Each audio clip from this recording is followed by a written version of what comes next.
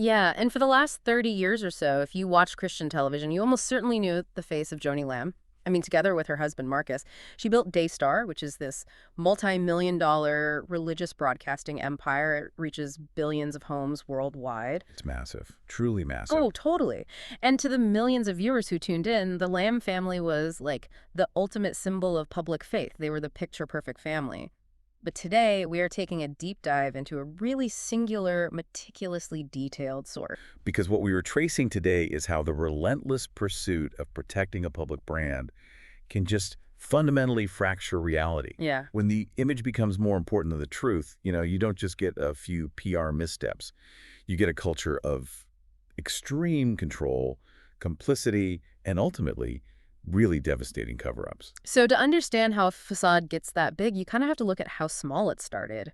According to our source, Joni grew up in Greenville, South Carolina. She was deeply embedded in the Tremont Avenue Church of God. Right. Very humble beginning. Very.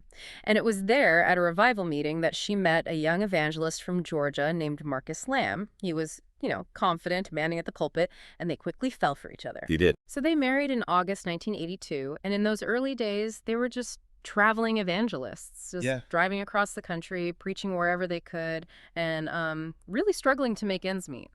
But there is a critical pivot that happens less than a year into their marriage. They take this trip to Israel in 1983, and Marcus claims that God spoke to him directly with a mandate, which was to build a television station. Oh, wow. Okay. Yeah, and this is where the foundational myth of their empire really takes root. Joni recounted that they were so poor at the time that they literally had to dig a broadcast transmitter out of a dumpster just to get this vision off the ground. Okay, let's unpack this because to me, their trajectory really mirrors a scrappy Silicon Valley startup that just suddenly hits a unicorn valuation. Oh, that's a good way to look at it. Right, like they had the literal dumpster phase, which is basically their version of the garage startup. By 1985, that discarded equipment became WMCF-TV, which was the very first Christian TV station in Alabama. Yeah, they were moving fast. Super fast. Then they sell it in 1990 to the Trinity Broadcasting Network. They moved to Dallas, score a huge win by broadcasting T.D. Jakes' 1992 New Year's service. And then by 1998, they officially launched the Daystar television network. I mean, it's exponential scaling. It is exponential, but I'd argue there's a key difference here from a standard tech startup. Okay, how so? Well, a tech startup is usually driven by market disruption, right? But here, the product they were scaling was a divine mandate. So by 2003, Daystar moves into this 90,000 square foot facility with 17 state-of-the-art studios. 17 studios, that is huge. Yeah, and they start hosting massive names who pay for broadcast time, people like Joel Osteen, Jesse Duplantis, Hillsong. Right. And they even became the first Christian TV network licensed to broadcast in Israel in 2006. Wow. But when you scale a quote-unquote divine mission into a massive corporate entity, a psychological shift happens. The demands of feeding the corporate machine, like keeping the lights on in 17 studios, that starts to supersede the original mission. The survival of the institution just becomes the primary goal. Wait, I need to stop you there. Because if you are pulling in unicorn-level funding from millions of loyal viewers to keep those studios running, there has to be some level of accountability, right? I mean, don't standard nonprofits have to disclose where all this money is going? You would think so. But this is where the mechanics of their financial operation get truly staggering. Our source points to an NPR investigation that dug into 6 years of Daystar's financial records. Okay, what did they find? Well, publicly, Marcus was boasting. In 2009, he stood on stage in Australia and told a live audience that over the last 5 years, Daystar had given $30 million to charity. Hurricane relief, missions, that sort of thing. That sounds like a lot of money. It does. But the actual records showed a totally different reality. Yeah. They hadn't given $30 million. They had given $9.7 million. That was just 5% of their donor revenue. 5%? Are you kidding? So where's the other 95% of this donor money going? Over $572,000 was spent sponsoring a Christian NASCAR driver. A NASCAR driver? Yeah. And they handed out a $2.3 million loan to a golfing friend of Marcus's so he could start a church. Just a loan to a buddy. Exactly. And perhaps most revealing about their priorities, they spent nearly $100,000 buying up copies of Joni's own autobiography from retail stores to artificially inflate her sales numbers. They were trying to push the book onto bestseller lists. Oh, that is so sketchy. How did they even justify that? Well, Daystar's justification was that these books were later given to donors as gifts. I mean, that is an incredible spin on essentially using donor money for a vanity project. But again, how are they getting away with this? Like, how does a massive television network not get audited for doing that? What's fascinating here is the critical mechanism behind their power. Daystar wasn't just classified as a non-profit media company. Because they're broadcasted ministry, the IRS classified them legally as a church. Wait, how does the IRS look at a broadcasting company with a 90,000 square foot facility and say, yes, this is a church? Don't you need a congregation, like a physical flock of people? You'd assume so, right. But the IRS actually has a notoriously vague 14-point test for what constitutes a church. And media ministries have figured out how to check just enough boxes, having ordained ministers, regular services broadcasted to qualify. And I'm guessing the tax benefits are huge. Oh, the benefit is massive. Churches have this impenetrable shield of financial opacity. They do not have to file Form 990s like other nonprofits. They don't have to disclose executive compensation or itemize their spending to the public. Which explains the staggering lifestyle. I mean, based on the source, we're talking mega mansions, Marcus driving a Maserati, and the family using a private jet for luxury vacations that were literally written off on the books as ministry retreats. Exactly. Imagine you are one of the millions of viewers faithfully sending in a portion of your paycheck, fully believing you are funding global humanitarian relief. You have absolutely no idea your money is artificially pumping up a book's sales numbers or like cooling down a Maserati. Yeah, and this financial insulation, it created an incredibly bizarre internal culture. The employees weren't just staff. They were treated like subjects in a royal court. What do you mean? Well, the source details how family photos around the building had to be heavily retouched. Joni was made thinner. Everyone was made to look younger. Wow. And Joni entirely refused to pump her own gas. A security guard had to do it on donor time. And in the Texas summer heat, they had to start her car in advance so the AC could perfectly cool the interior before she got in. The boundaries were just non-existent. I remember reading about the former executive assistant, Lisa Anderson. She was essentially on call 24/7. One Thanksgiving, she was literally pulled away from her own family's dinner table by Joni just to pick up a bakery cake and leave it on the kitchen counter of the Lamb mansion. That is just so disrespectful. It gets worse. She arrived, saw the family eating their dinner, dropped the cake, and had to just drive back home. Oh, and Lisa's regular duties actually included bagging and mailing Joni's biohazard medical stool samples. Ugh. And, you know, that entitlement extended to their children, too. Oh, yeah. The former art director, Morgan Ferris, reported that Rachel Lamb, who was college-aged at the time, would walk into the marketing department and demand everyone drop their official network work to focus on her personal projects. Unbelievable. And when this behavior was reported to Joni, she just dismissed the complaints, telling the employees they were being, quote, judgmental. So you have this ecosystem with zero financial transparency, zero professional boundaries, and a culture of absolute obedience. It feels like a pressure cooker. Yeah. How do you maintain that facade without it eventually exploding into public view? Well, in 2010, it did explode. Yeah. But the way they handled it is an absolute masterclass in public relations. What happened? Marcus goes on air to his global audience and makes a tearful confession. He admits to an extramarital affair. But, and this is key, he frames it as an extortion plot. Ah, of course. Right. He claims 3 people were demanding $7.5 million to keep quiet. And he and Joni heroically state they, quote, refuse to use God's money to pay off blackmailers. Joni publicly forgives him right there on the broadcast. Right, but when you look at the source material, the reality was entirely different.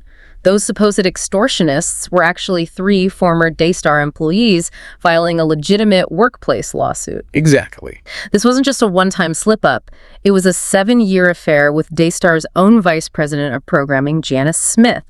The IT department had uncovered explicit emails, including one where Marcus literally wrote, "I cannot wait to make you the next Mrs. Lamb." Yeah, that's pretty damning. And most damning of all, Marcus had used donor funds to conduct this affair and to pay Janice a massive sum to keep quiet when she eventually left. But look at how they managed the fallout. They take this narrative straight to the Dr. Phil show. Of course they did. Right. They sit on national television, claim they only hid the affair to protect their young children, and frame the entire scandal as a victory of faith over temptation. You know, I'm looking at this PR move, and it reminds me of a controlled burn in forestry. Oh, how so? Well, you purposely set a small fire in this case, confessing to the affair on your own terms to consume the fuel, so that when the real wildfire hits the lawsuits and the financial misconduct, There's just nothing left to burn. By beating the whistleblowers to the punch, they controlled the narrative. That's a perfect analogy. And they did it by leveraging parasocial relationships. Their audience felt this deeply personal, spiritual connection to them. By going on TV and acting vulnerable, Marcus and Joni weaponized their audience's empathy against the actual victims. It's manipulative, but it worked. It did. The viewers praised the Lambs for their transparency, the pressure mounted on the accusers, and the lawsuits were eventually dropped. They survived. But, I mean, if you survive that, if you successfully spin a 7-year affair funded by donor money into a spiritual victory, you probably feel bulletproof. Exactly. Surviving that scandal bred a very dangerous hubris, because just 2 months later, another lawsuit drops. An employee sued, claiming Joni's father, Bill Trammell, who was on the Daystar payroll, sexually harassed her. Your own father? Yeah. The employee claimed he had a practice he literally called quiet time, where he would force prolonged hugs, touch her inappropriately, and make her sit on his lap. And Marcus and Joni publicly dismissed these claims as completely outrageous. They learned they were untouchable. And that untouchable mindset is what transitions this story from just PR spin into actual physical danger. Because when you believe the brand is bulletproof, you develop massive blind spots. Right. Fast forward a few years, their son Jonathan becomes VP, and he marries Susie. Our source details how Joni immediately begins grooming Susie to be the future Daystar matriarch. She takes Susie on fake nail appointments in the middle of the day, which were really just secret meetings to pass on insider gossip. It sounds so toxic. It was. It morphed into severe control, with Joni dictating who Susie was even allowed to be friends with. And this need for control, combined with that feeling of invincibility, leads us to one of the most chilling details from the source. Daystar employed an in-house chiropractor as a perk for staff. But this man was unlicensed. Okay. And he had actually lost his license due to an alleged assault on a minor. Now, Joni mandated a strict policy. A chaperone always had to be present when a wound was getting adjusted, so she clearly knew there was a risk. Obviously. Later, Joni's nephew's wife started getting adjustments, and the chiropractor began making incredibly creepy comments about her body, even texting her an invitation for a night swim.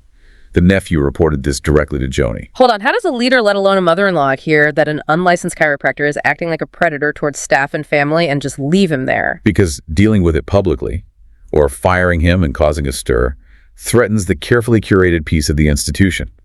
So Joni did nothing. The man stayed on staff. And the consequences of ignoring that warning were devastating. Yeah. In January 2017, Susie went in for a routine adjustment. The chiropractor had been treating her for a while without incident, but this time she suspected he was drunk. Oh no. Her coworker, who was acting as the chaperone, stepped out to use the restroom for just 5 minutes. And in that tiny window, this supposedly drunk, unlicensed chiropractor violently assaulted Susie. The aftermath is where the true priorities of this family are laid completely bare. Susie escapes. She calls Jonathan, who is furious. He calls his parents. And Marcus immediately tells his son to stay quiet and let him handle it. Wow. A few days later, Joni sits down with Susie.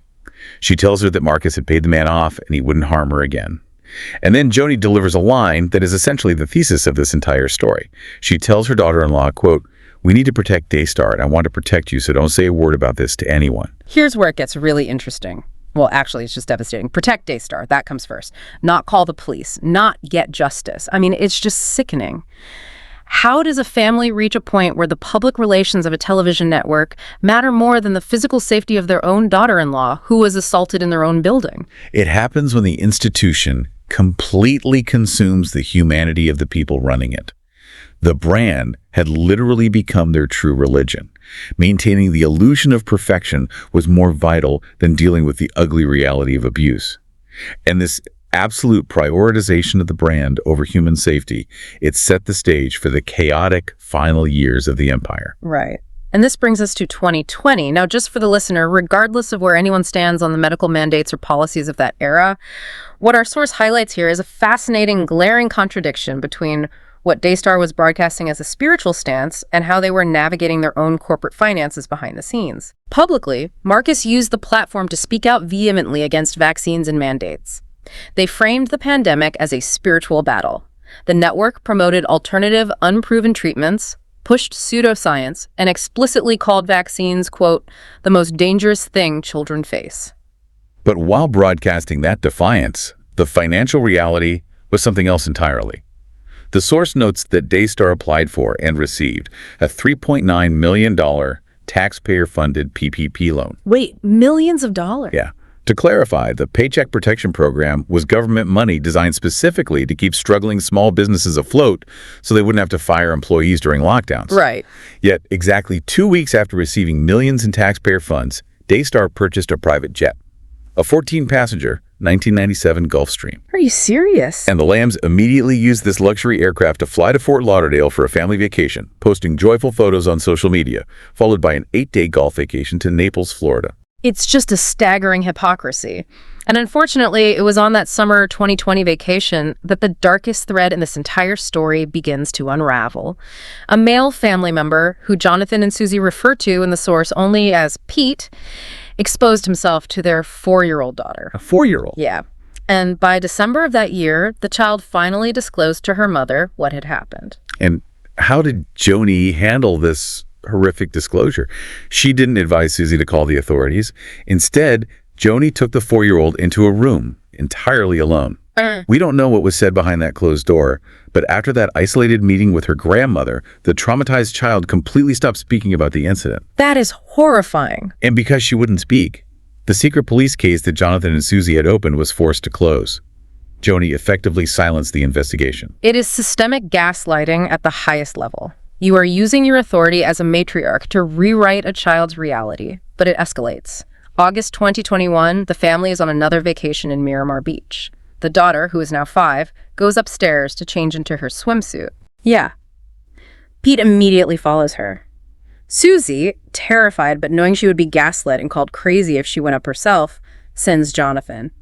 Jonathan races upstairs and catches Pete in the room with the completely naked 5-year-old.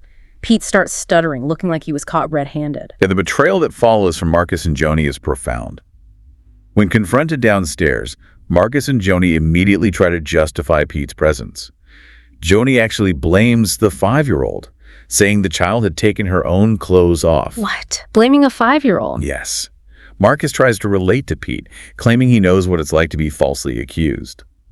They then force Jonathan and Susie into a private bedroom meeting to repent, demanding that they apologize to Pete for accusing him. I can't even fathom the psychological toll that takes on parents, and it gets worse. A week later, Marcus tells Jonathan that he can breathe easy because Pete had been, quote, forensically cleared by the police. Which wasn't true. Exactly. Marcus was lying. There was no forensic clearance. He made it up to protect the family image. And Jonathan and Susie would never get the chance to confront Marcus about this massive lie because just 3 months later, the entire empire loses its king. If we connect this to the bigger picture, this is where the fragility of the facade becomes so obvious. Yeah. You can spin lawsuits, you can hide finances, but you cannot control biological reality. Right.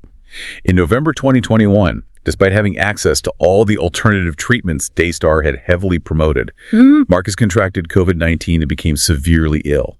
The confident, defiant tone of the broadcast shifted instantly to desperation. Joni and Jonathan were going on live TV, giving real-time oxygen level updates, literally begging millions of viewers for a miracle. But Marcus died on November 30th, 2021, and the speed at which the carefully curated family image disintegrates after his death is head-spinning. Yeah, it was fast. Joni immediately begins a relationship with a controversial Christian counselor named Doug Weiss, who was a frequent guest on Daystar. Doug filed for divorce from his wife of 30 years just 8 weeks after Marcus died. 8 weeks. Yeah. And shortly after Doug's divorce is finalized, Joni pulls a permit to build a 9,700 square foot, $4 million mega home for the two of them down the road from her compound. This rapid, highly controversial pivot forces the final rupture within the family. Joni instructs Jonathan and Susie to read a viewer comment on live television that praises her new marriage to Doug. Okay, that's weird. Yeah, and Jonathan and Susie refuse. They refuse on biblical grounds, knowing that Doug's ex-wife had been sobbing and begging him to return. This refusal to blindly endorse the new narrative was the breaking point for Joni. Joni goes into an absolute rage. She and Pastor Jimmy Evans pull Jonathan and Susie into a meeting and bully them for hours. Jimmy Evans explicitly tells Susie that her job was, quote, simply to please the boss. And if she couldn't read a nice comment, she had no place there. Susie is fired on the spot. Unbelievable. And Jonathan refuses to go back on air without his wife. So Joni gives her own son 13 controlling stipulations, including a demand to delete personal recordings he had of her. And when he refuses to sign a non-disclosure agreement, she fires him too. They are completely excommunicated from the family and the network. And, the aftermath for Joni was a slow, quiet retreat. The stress of battling her own children while trying to maintain the global broadcast clearly took its toll. She withdrew behind the gates of her Texas compound. Her health declined, and she never publicly explained to her viewers why her family was suddenly gone from the network. On May 7, 2026, just a couple of months ago, Joni Lamb passed away. So what does this all mean? When you step back and look at this 30-year history, the tragedy is glaring. Daystar never stopped broadcasting. The signal never dimmed. They beamed family values into billions of homes. The tax-exempt donations kept rolling in. The studio lights stayed bright. But the family sitting behind that broadcast was completely, irreparably broken. It is the ultimate cautionary tale about the seduction of scale and image. It shows the profound danger of living a life where protecting the brand, whether that's a global television network or just your own public reputation, becomes more important than truth, more important than accountability, and more important than protecting the actual people you claim to love. Which brings us right back to that glowing television screen we started with. The producer frames the shot, and you, the audience, believe what you see. But it leaves you with this to ponder. If a legacy is built entirely on a heavily guarded, fiercely protected illusion... Wait, let me rephrase that. If a legacy is built entirely on an illusion when the cameras finally turn off, who actually inherits that legacy? Is it the millions of viewers who believed the pristine broadcast? Or is it the fractured family members who had to survive the reality hidden in the dark?